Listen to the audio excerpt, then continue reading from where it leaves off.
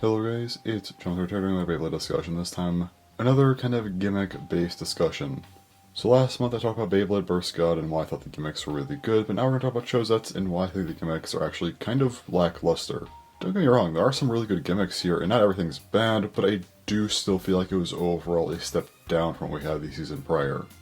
The first few bays were definitely a sign of this because they just straight up did not have a single gimmick, which was really unfortunate, honestly. I will just be sticking to layers for this video like I did with the previous video, but with that said, winning Valkyrie just felt a lot more lame than God Valkyrie. I know not everyone liked the gimmick, but you still had the Strike God ship, and I don't know, it was just something still, and here there's nothing. Bloody Longinus is also a massive downgrade from Nightmare Longinus, one of the most interesting bays in all of Beyblade Burst, and now we're just relegated to this. The Achilles was also fairly uninteresting, definitely not the best start for this motif, but at the very least, these three bays would get evolutions, whether it be later in Chouzetsu or in later lines, so they could be redeemed, which is helpful.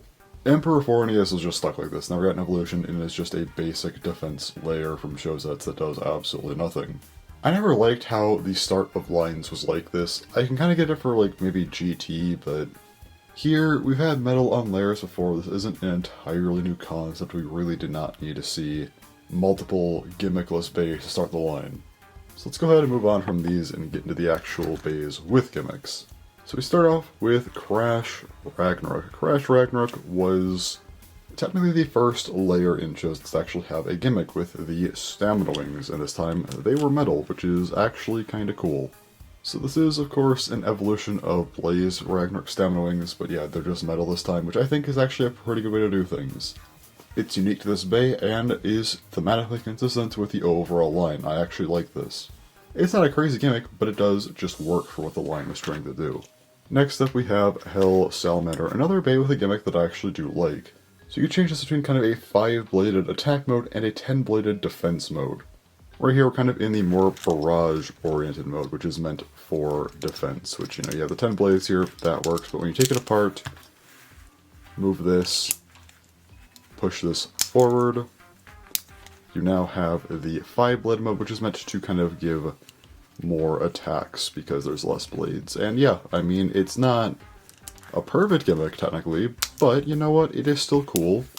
I like what they did. It's unique enough, so I think this is a really, really solid gimmick, and again, one that I do like. But after this, I unfortunately do have some problems. And those problems come from Archer Hercules, because Archer Hercules kind of has a gimmick we've seen before, specifically from Orichalcum, where these parts kind of come out when the bay is spinning. It is definitely much more apparent on Archer Hercules, which is, I guess, cool, because Orichalcums didn't stick out this much, so that's cool, but the problem is, you don't have the second part to the gimmick. With Orichalcum, those parts would come out, but the inside would clamp onto the driver to give it extra burst resistance. You could argue on the effectiveness of it, and yes, I do think something like that should have been improved upon and upgraded eventually, but still, we never got that. This could have been a chance to try and make that better, but as you could see under here, there is nothing that would clamp on to the driver, so yeah, a bit of a downgrade. While the main gimmick is technically upgraded, I feel like you lose what really made it interesting, which I don't like. I guess you could argue that's not what they were going for here, but at that point this just feels like a reused gimmick that's kind of stripped of its uniqueness, so I don't really care for it either way.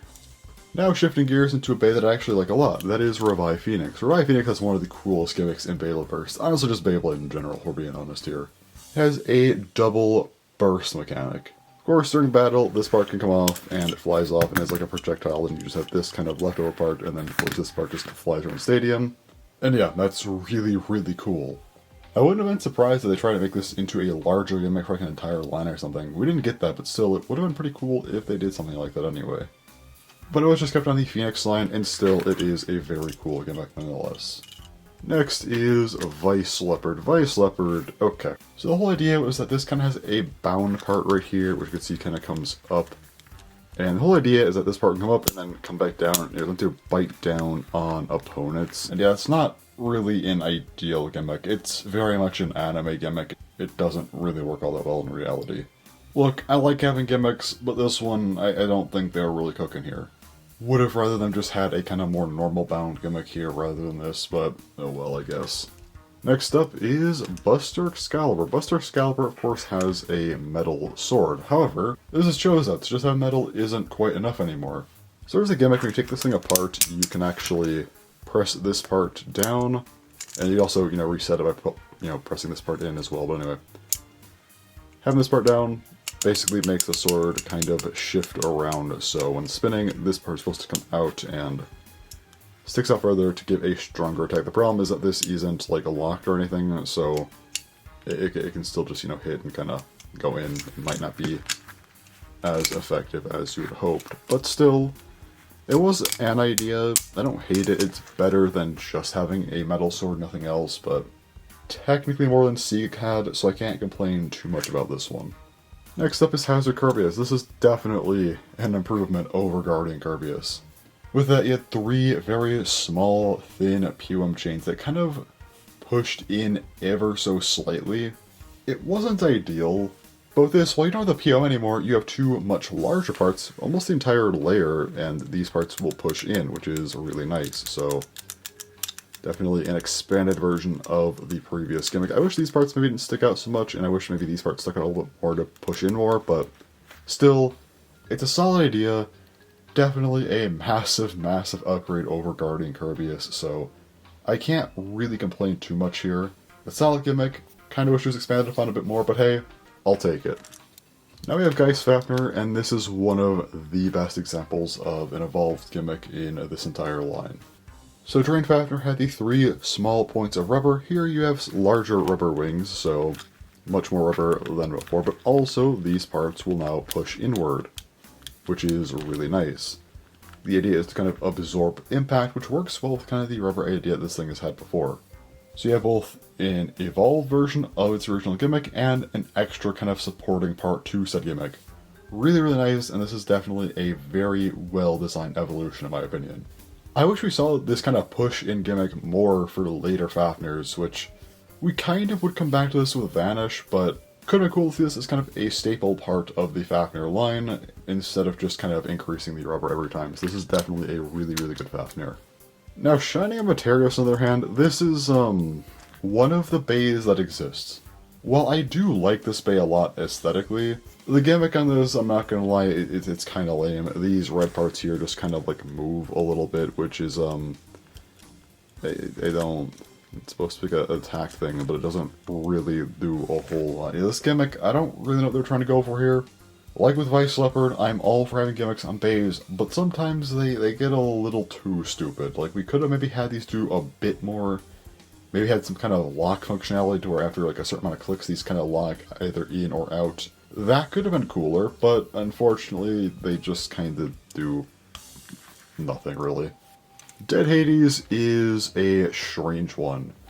The gimmick is being heavy, but this is Chouzetsu where every layer already has metal on it. So it technically just has more metal. I kind of like that, but also kind of don't. It is definitely boring and almost feels like it's in a similar vein to the first 4 bays we showed, but it at least has an idea behind it.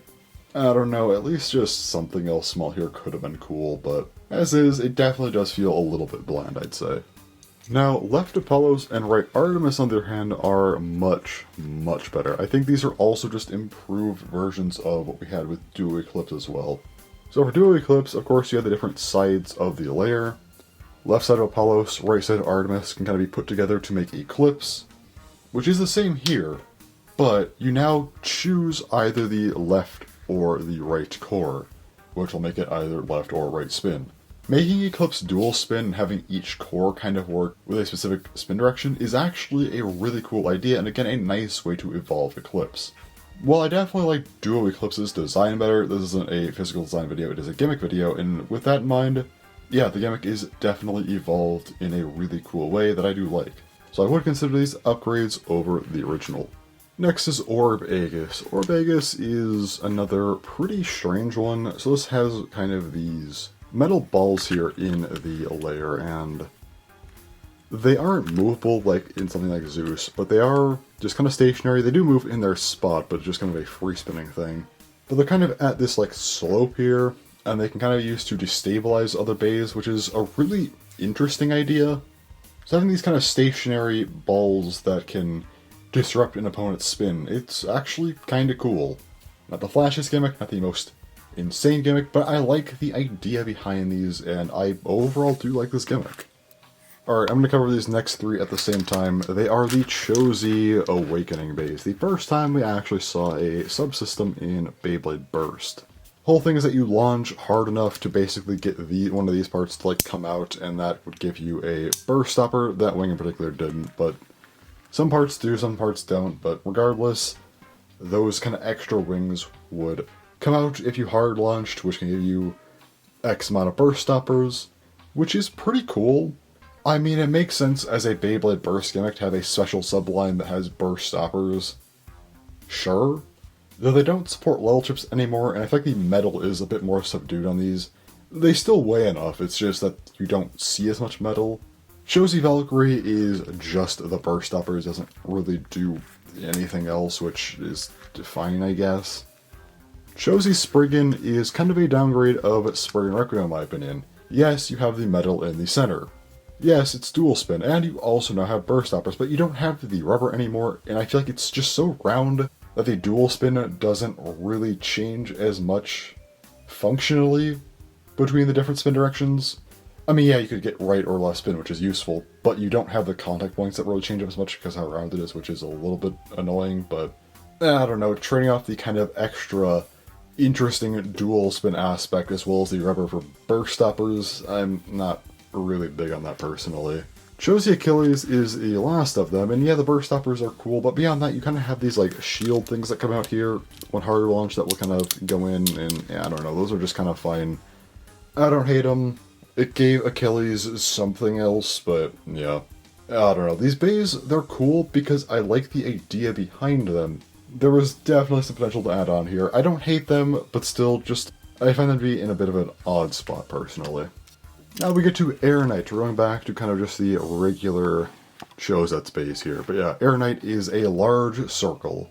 Kind of like Maximum Garuda, although you do kind of have these weird slopes here now, which is weird. And it's kind of to have like airflow stuff going on. And I mean, sure, but let's be real, Maximum Garuda is cooler. It also did it first. I like Air Knight, but it is definitely just gimmick infringement. It doesn't do enough new with said gimmick. At that point, why not just evolve Garuda, honestly?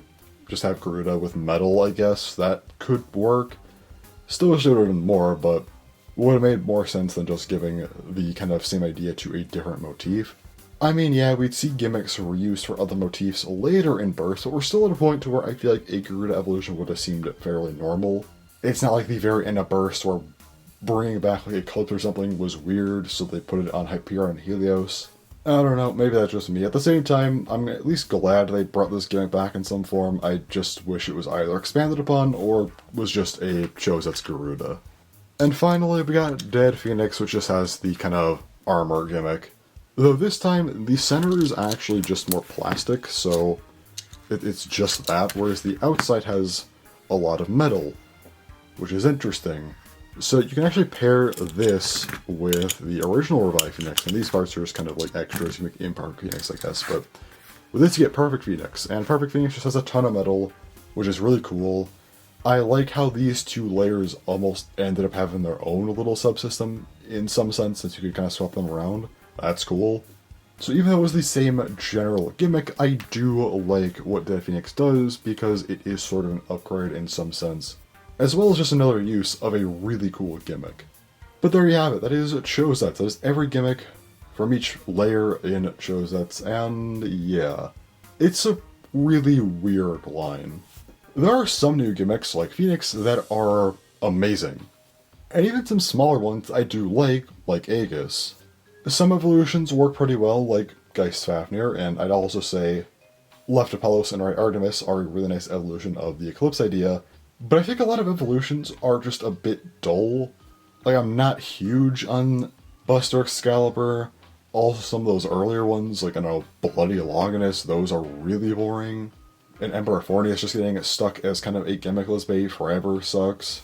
And some of the new gimmicks, like on Vice Leopard, were pretty rough. I don't hate Chouzetsu, but it is a really, really awkward line. I feel like they got better with gimmicks in later seasons, at least to some extent, which we will get to, but I think Chouzetsu was rough. God had every bay have its own unique gimmick, which definitely made them work harder, and I feel like with Chouzetsu they felt like they can maybe slack off a little bit more. You could reuse gimmicks, maybe not use gimmicks, since God abilities were no longer a requirement. So I feel like you have a line that's very divided in terms of the gimmick quality. Fortunately, they would do better as we progress. The layers also got bigger, which is a double-edged sword, but it does mean you get more room for more interesting gimmicks, so I guess that's good.